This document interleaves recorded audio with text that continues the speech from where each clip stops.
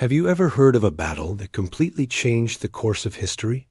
A moment so pivotal that had it gone the other way, the world we know today would be unrecognizable? Well, today we're diving into one of those exact moments, the legendary Battle of Ain Jalut. Picture this. It's the mid-13th century. The Mongol Empire, led by the descendants of Genghis Khan, is an unstoppable force of nature. They've swept across Asia, crushed powerful kingdoms in Persia and Russia, and are now standing at the gates of the Middle East. Cities fall like dominoes. In 1258, the unthinkable happens. Baghdad, the heart of the Islamic world for 500 years, is brutally sacked. The scale of the destruction is immense, and a wave of terror spreads. It seems nothing can stop the Mongol tide. Their next target? Egypt, the last major Muslim power in the region, ruled by the Mamluks. The Mamluks were a unique warrior class, originally slaves, who rose to become elite soldiers and eventually rulers. They were tough, disciplined, and masters of cavalry warfare, but even they had never faced an enemy like the Mongols. The Mongol general Hulagu Khan sends an envoy to the Mamluk Sultan Qutuz in Cairo. The message is simple and chilling: surrender or be annihilated. It's a threat they've made good on time and time again. Any other ruler might have buckled under the pressure. But Sultan Qutuz was different. In a stunning act of defiance, he executes the Mongol envoys and hangs their heads on the city gates of Cairo. The message back was clear: there will be no surrender. It was war, but Qutuz knew he was outmatched. The Mongol army was vast and had a reputation for invincibility. He needed an edge, and he found it in a surprising place: his arch-rival Baybars. Baybars was another brilliant Mamluk commander, a rival for the throne who had been exiled.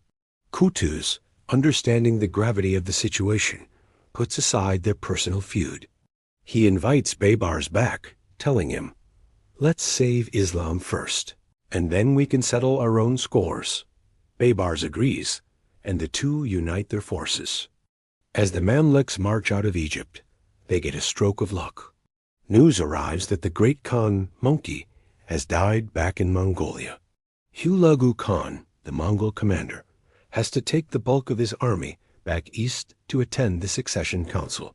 He leaves behind a smaller, but still formidable force of about 20,000 horsemen under his top general, Qutuz. This was the Mamluks' chance. The two armies finally meet on September 3, 1260, at a place called Ain Jalut, which means the Spring of Goliath, in modern-day Palestine. It's a fitting name for a David versus Goliath showdown. Sultan Qutuz devises a brilliant strategy. He uses a classic military tactic, the feigned retreat. He sends Baybars and a smaller vanguard force to engage the Mongols first. The Mamluks and Mongols clash in a flurry of arrows and steel. Baybars' horsemen are skilled, but they are outnumbered. Just as planned, after a fierce fight, they pretend to break and retreat into the nearby highlands. Qutuz, the Mongol general, confident and perhaps a little arrogant, sees his chance to crush the Mamluks once and for all. He orders his entire army to pursue. This was the trap.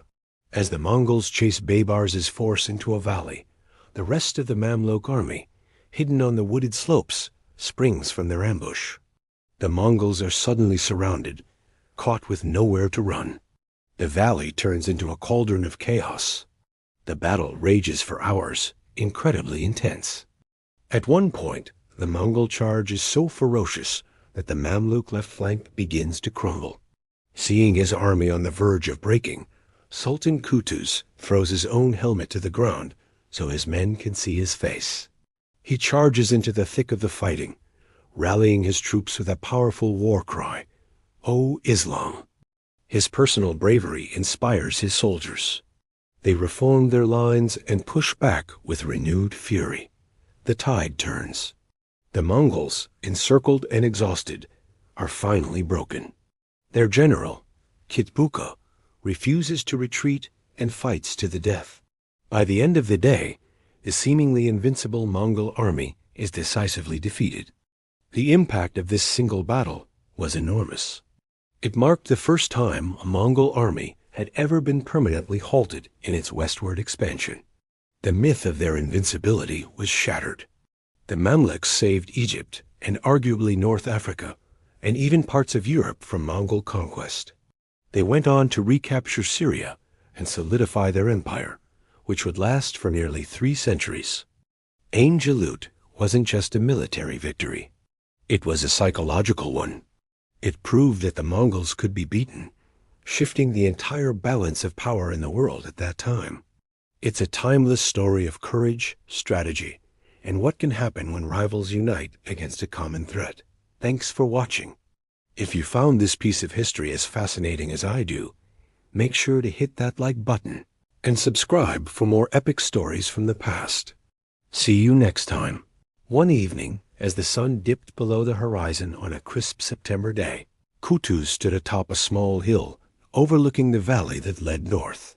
The sky was painted in streaks of orange and purple, and the wind carried the faint sound of distant hooves, possibly scouts or wild animals. He felt the weight of history pressing on his shoulders, the enormity of responsibility, as heavy as any armor. Yet he also felt a spark of determination.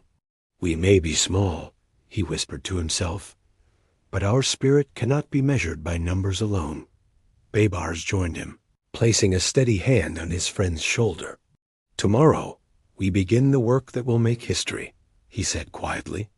That night, under the star-strewn sky, the soldiers slept with one eye open, hearts pounding, knowing that the coming days could change the course of history. Mothers and children in distant villages prayed for protection. Merchants locked their doors, hoping that the storm would pass. And in the camps, Qutuz and Baybars made final plans, studying the terrain, positioning their men, and preparing strategies that might turn fear into triumph. Though the world around them seemed on the brink of darkness, a sense of hope glimmered. The Mamluks were small in number, yes, but they were united in purpose. They had courage, ingenuity, and the land itself on their side. And sometimes, history is made not by those with the largest armies, but by those with the bravest hearts and the clearest minds. As the night deepened, Qutuz looked up at the stars and felt a quiet pride.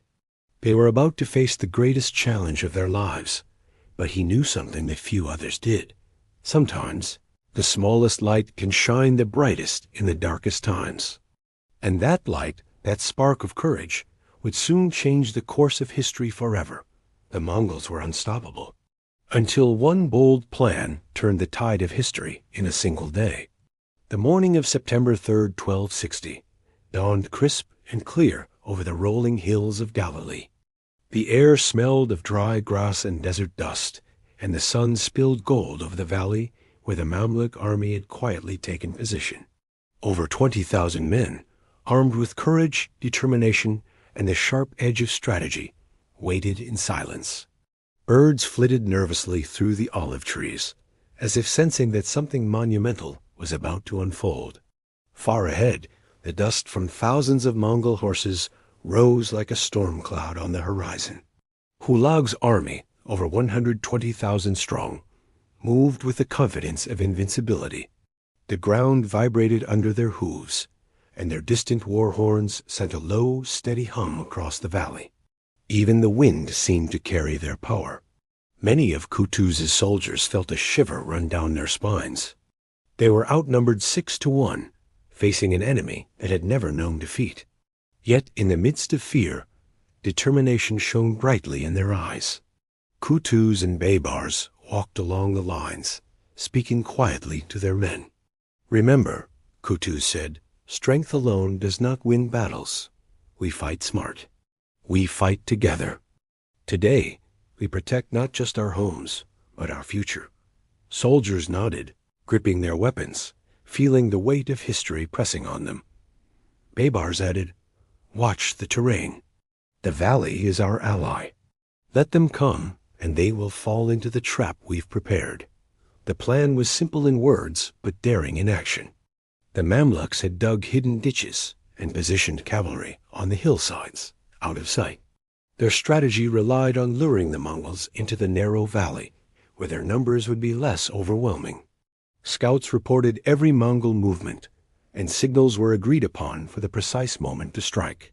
Every man in the army knew his role, every heartbeat synchronized to a rhythm of courage and hope.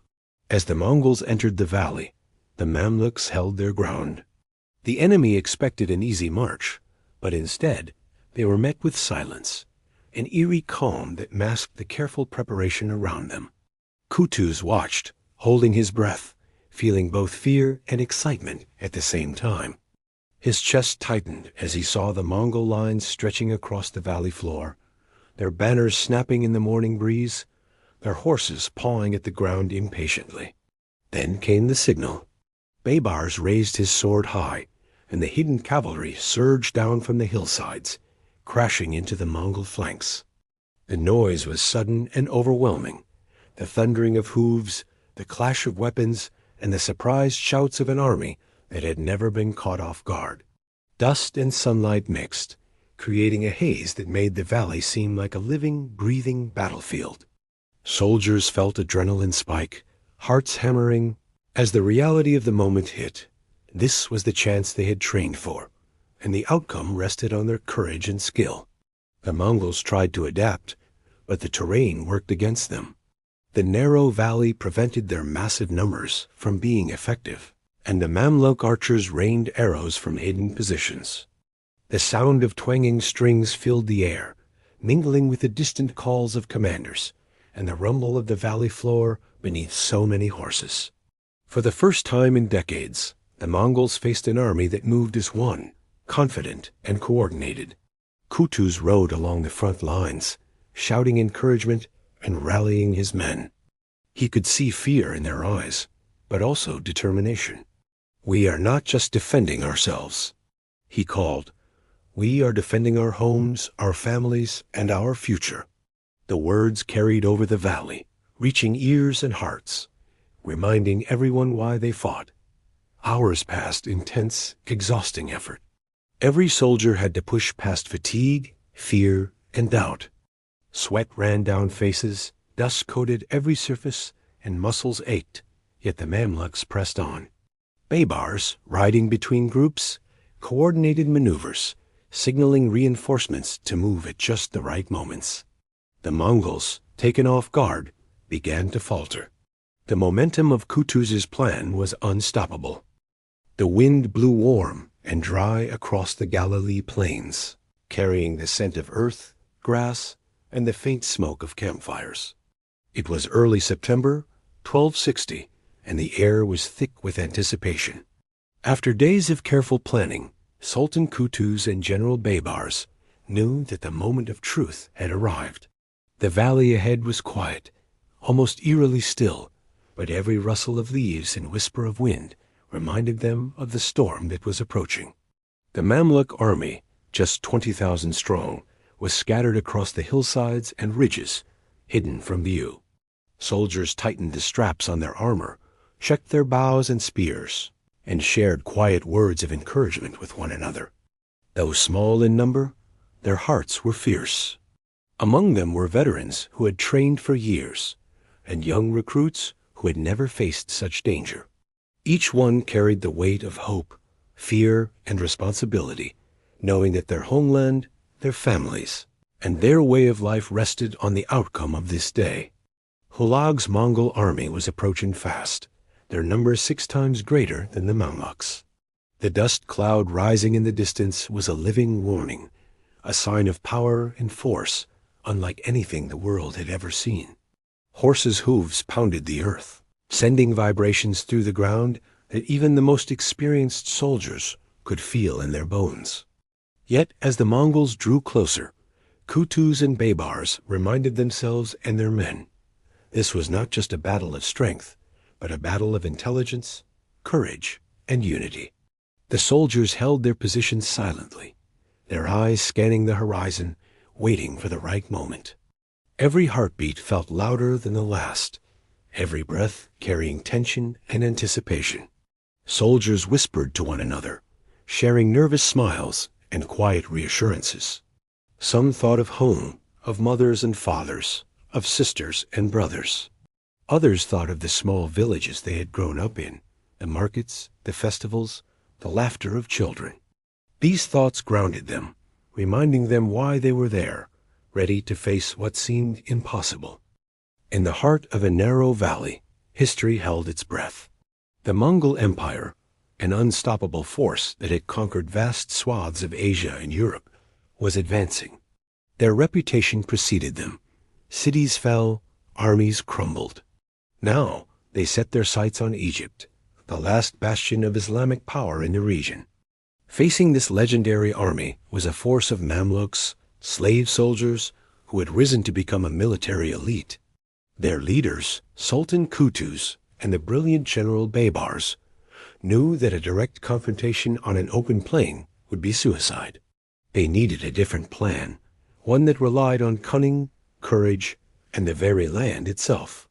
The place they chose was Ain Jalut, the spring of Goliath. As the sun rose on that fateful day, Baybars moved among his troops. His presence was a calming force, his voice steady.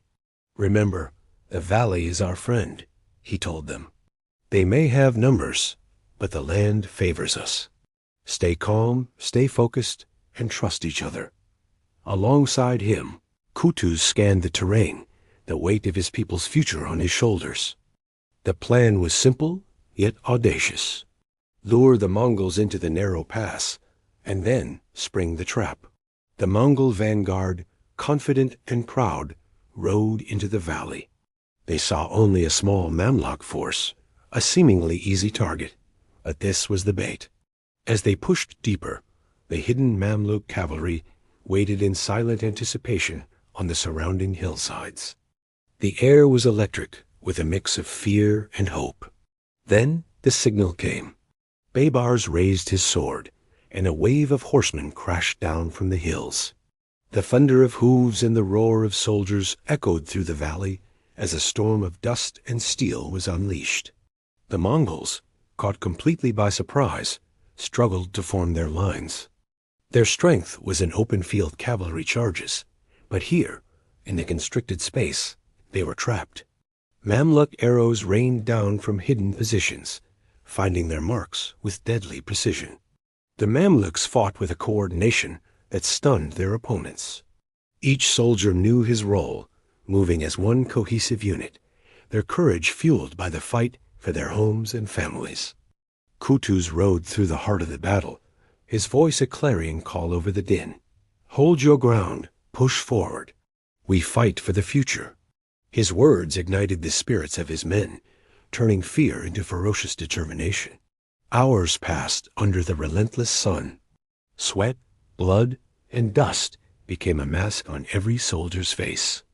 The battle was a brutal, grinding affair, but slowly the momentum began to shift. The seemingly invincible Mongols found themselves pushed back, their formations breaking. For the first time in memory, the unstoppable tide of the Mongol army began to recede. By late afternoon, the legendary army was in full retreat, their confidence shattered. As the dust settled and the sun began to set, the valley fell quiet. The surviving Mamluks looked upon the scene in exhausted disbelief. They had done it. They had stopped the unstoppable. Cheers, laughter, and tears of relief broke out among the ranks. Atop a ridge, Qutuz and Baybars met, their eyes shining with a hard-won triumph. "Today," Baybars said, his voice heavy with emotion, "we have shown that courage, unity, and strategy can overcome even the greatest force." The news of the victory at Ain Jalut spread like wildfire. It was more than just a military triumph. It was a symbol of hope for a world that had lived in fear. It proved that no empire is invincible, and that even against overwhelming odds, a well-laid plan executed with bravery and unity can change the course of history. The battle became a legend, a story passed down through generations, reminding us that true strength is not just about numbers or power. It's about the spirit of people standing together, fighting for what they believe in. And in that valley, on that day, the human spirit burned brighter than ever before. Thank you for watching. If you enjoyed this story, Please like, subscribe, and hit the notification bell for more tailies from history.